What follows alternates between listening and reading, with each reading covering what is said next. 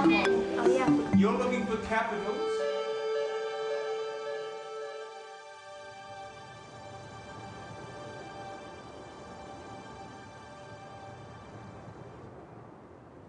Eltham Green School in South London.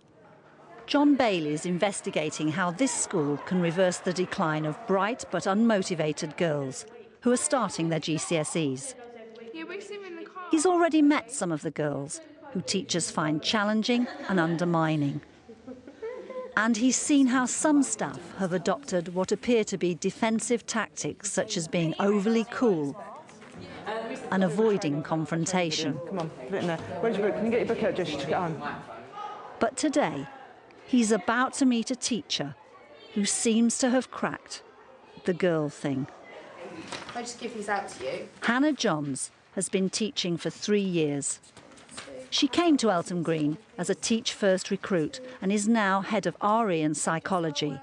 She's about to start a lesson on social harmony with her Year 10s. Okay, we're going to be talking about what it means to be part of a multi-faith society. By the end of the lesson, you are going to know what a multi-faith society is. Okay, once you've written the aims down, if you can just put your pen down, and then as a class, we're just going to go over the starter. The starter links back to last lesson. We're just going to check your understanding of the key terms that we got from last lesson. Okay, so when you do it, put your pen down and look up, and then I'll know that we're ready to go through the starter. Yeah, sorry. So I always try and give them a starter that they can actually do whilst I'm sort of doing my manual stuff. And those students that turn a bit late, if they don't quite finish the starter, then, you know, then at least we're all ready to move on to the lesson together and students haven't just been sat there not doing anything. I'm going to read out the question, then I'm going to ask someone to tell me what they circled as the correct answer. So, tick these if you've got them right, cross them if you've got them wrong. Faye, women are bad drivers is an example of A, discrimination, B, prejudice, or C, racial prejudice. You think it's A, discrimination? No, prejudice. Okay, yeah, it's Charlie then. Can you explain why it's prejudice? Because it's judging them before they know them. Brilliant, okay. Why is it not discrimination then?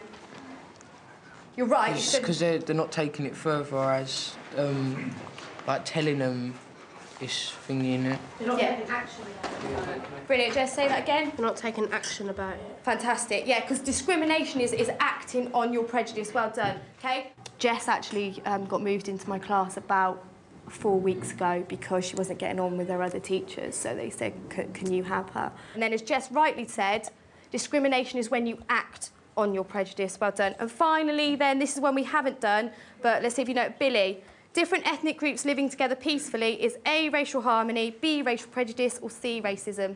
B. You think it's racial prejudice? It's A. Okay, Jess, why do you think it's A? Because racial prejudice is when you're judging someone because of their colour before you know them, and racism is racial prejudice and discrimination, and racial harmony is living together. Well done, excellent. If Jess can't do something, she plays up. Last year, she was in a more higher attaining group. Now, I think she is working much harder because she's in a group where she's probably one of the more able in the group. And she, you know, you saw her with that starter activity. I mean, she knew why that was racial harmony. She is much more so putting her hand up to share ideas, answering questions, which she didn't do last year. OK, thank you. Right, first part, you've got just some background information on how the United Kingdom became a multi-faith society. You've got some key words missing, and the words are at the bottom. You need to match the words in the spaces, tick them off as you go. When you've done that, there's 2 questions. First question relates to the text, and the second question is about your own opinion. We are going to be discussing particularly question 2, and we're going to be relating it to the film, OK? If you look at the time now, I'm going to give you about 5 minutes to do this. OK? Off you go. I'll come round and help anyone who's stuck. So, from the text, what does religious tolerance mean? OK, it's in the second paragraph, so pick up from the text. I really like this low voice stuff that you do with it, because it really brings the level down, doesn't it? Yeah. And it keeps it down as well, so that's really nice and they like it. It's kind of intimate. What is religious tolerance? OK, which is what? Try and put it in your own words. What does it mean?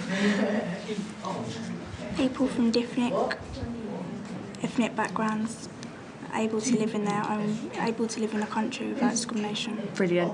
With Chelsea, she's very, very low in confidence at the moment. She massively underachieved in her SATs compared to the rest of the group, in that she got level 4s and the other people in my tutor group got 6s and 7s. She's a bit below radar level. Well, she came into the school on 4s and 5s. In about 5 minutes, we're going to be watching a film that I made at the end of the last year that some of you might see yourself on. Chelsea, you're on it. I've got to run reports to me as well. I better on report after the academic review because, again, homework was a bit of an issue. But I gave her the choice when she came back after half-term. I said, OK, you've had a really good couple of weeks. What do you want to do? Do you want to stay and report or do you want to go? She said, no, I'd like to stay and report. She said, because then I know I'm doing my homework and you're monitoring me. And she should be coming back tonight after school, actually. She wants to come back on a Friday to do some science revision for her modules. So she's just going to come and sit. She just comes and sits in my room and gets out her science book and does some work then. Then if she needs any help, not that I'm very good at science, I'll give her help if I can. So, can you just finish off now the sentence that you're on, please? Because I'd like to move on. We'll go through these answers now quickly as a class, and then we'll move on. So just finish the sentence you're on. There's something here about girls, and there's something about individual difference as well, isn't it? Yeah. It's knowing your children. Can I have a volunteer to read? Would anyone like to read? Thank you, Jessica. If you can read out... Yeah, if you read through that and then actually read out the keywords, but pause after the keywords so everyone can give it a tick if they've got it right. OK? Off you go. Many societies were mono. Yeah, faith, that's right. Monofaith, yeah. having one religion. Societies until the 20th Yeah. century. In some ways, Great Britain has been a multi-faith society ever since the 16th century. Jess, anything to do with boys, she will get onto. Doodling, I Love Ricky, I think she showed some pictures at the end of boys she's got stuck in her planners. And I think that's her friendship group. They're all absolutely besotted with boys, and it's all about boys and what they're doing. So Britain had to have laws encouraging religious tolerance. Everyone free to follow their own chosen religion without discrimination. Thank you, Jess. You stop there. You're doing excellently so far. Tommy, can you just turn around, please, so you're facing the front? Well done, Jess. I call Jess Ginger sometimes, and I call her by her middle name, which is Barbara, and she hates it. But I can kind of do that with her because I know her. Do we treat people of different races and religions fairly? Do we treat them equally? No. Hang on a sec. Let Danielle have a go first. Danielle, what do you think? And then I'll open it up. Yeah. You think we do? OK, why do you think we do? Jess, do you want to say your point then, because you said no as well? Yeah, I don't think everyone gets treated equally. Illegal immigrants get treated better than us. They just get treated better than us. OK. They come in and take all our jobs and then all our houses, and then we don't get nothing. Do you really think that's the case though? With Jess, I'll talk to her about her love life. I know you love him, but can you do it on a piece of paper another time, rather than make it an issue? Because I know she's going to do it. If I said to her, do not doodle, you're naughty, she's going to do it anyway. So it's pointless just telling her off. So, I just kind of joke about it with her. And when Stephen came on the film, I know she used to fancy him. So I was like, you used to fancy him, didn't you? She was like, shut up, miss. Yeah, so it's kind of, I guess I talk to them a lot as much as I can, and they do kind of relate to me. Well, I think,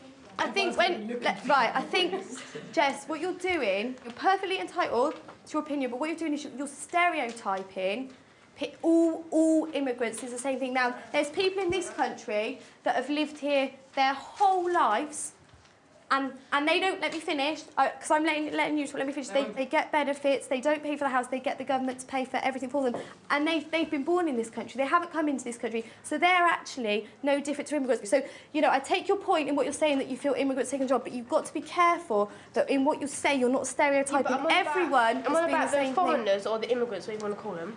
They get houses and they get jobs, and there's people British people that have been here for ages trying to do exactly the same things as these foreigners are getting, but they just come in the country and get it straight away. OK, so what I'll do is, if everyone's interested on that topic, I will sort out a lesson where we can have a proper discussion and a proper debate about these issues, OK? Because I just think now, with what we're trying to do this lesson, if you face me, please, with what we're trying to do this lesson, with what's going on, it's probably not the best time to kind of go into a lot of depth. So what I'll do is I'll build that into this scheme of work, and we'll set up a proper debate, a proper discussion when we've got facts and stuff, and we'll look at it properly then. I thought, oh no, she's going to try and argue her out of it.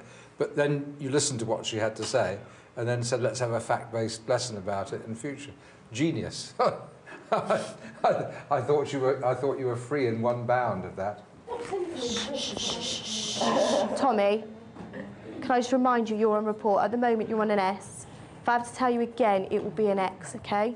I usually choose 2 students once a week, and I make positive phone calls home on them.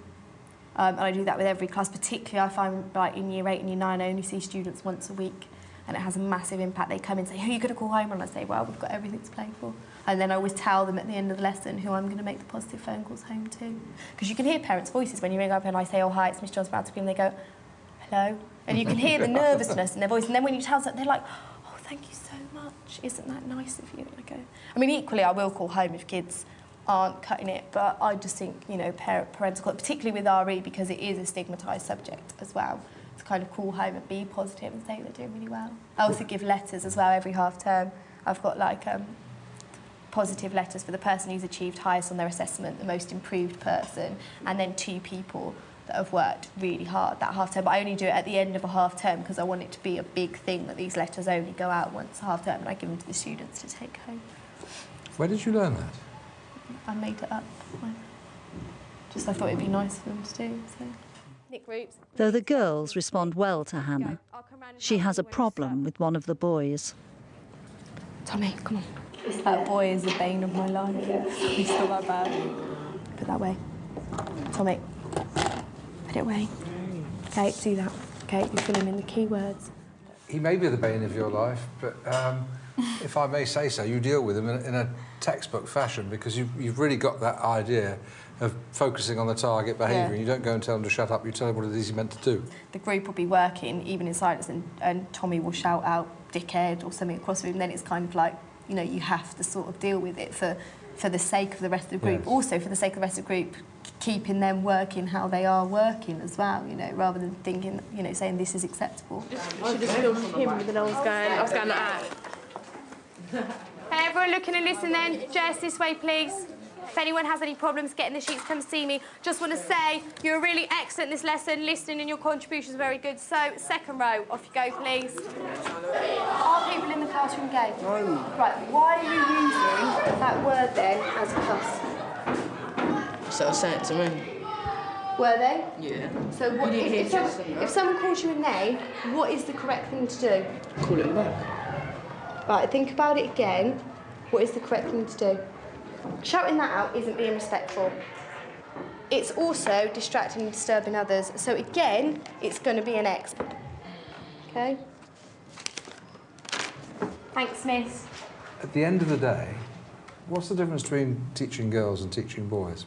To me, I think as much as I can, I know I don't always, but as much as I can, I try and have the same expectations for everyone, and I don't actually necessarily think... I think on a one-to-one, the way I talk to them and things I say to them might be very different, but I think that isn't about their gender, that's about them. And I would say as much as possible, I teach like that rather than you're a boy, you're a girl. So your motto might be teach the child that's in front of you? Yeah. Brilliant. In the final programme, Bailey meets a teacher who commands the girls' respect. Right, where's everyone else? Where's Alex gone? Here they are, hon. And puts a radical idea to the deputy head. OK, fine.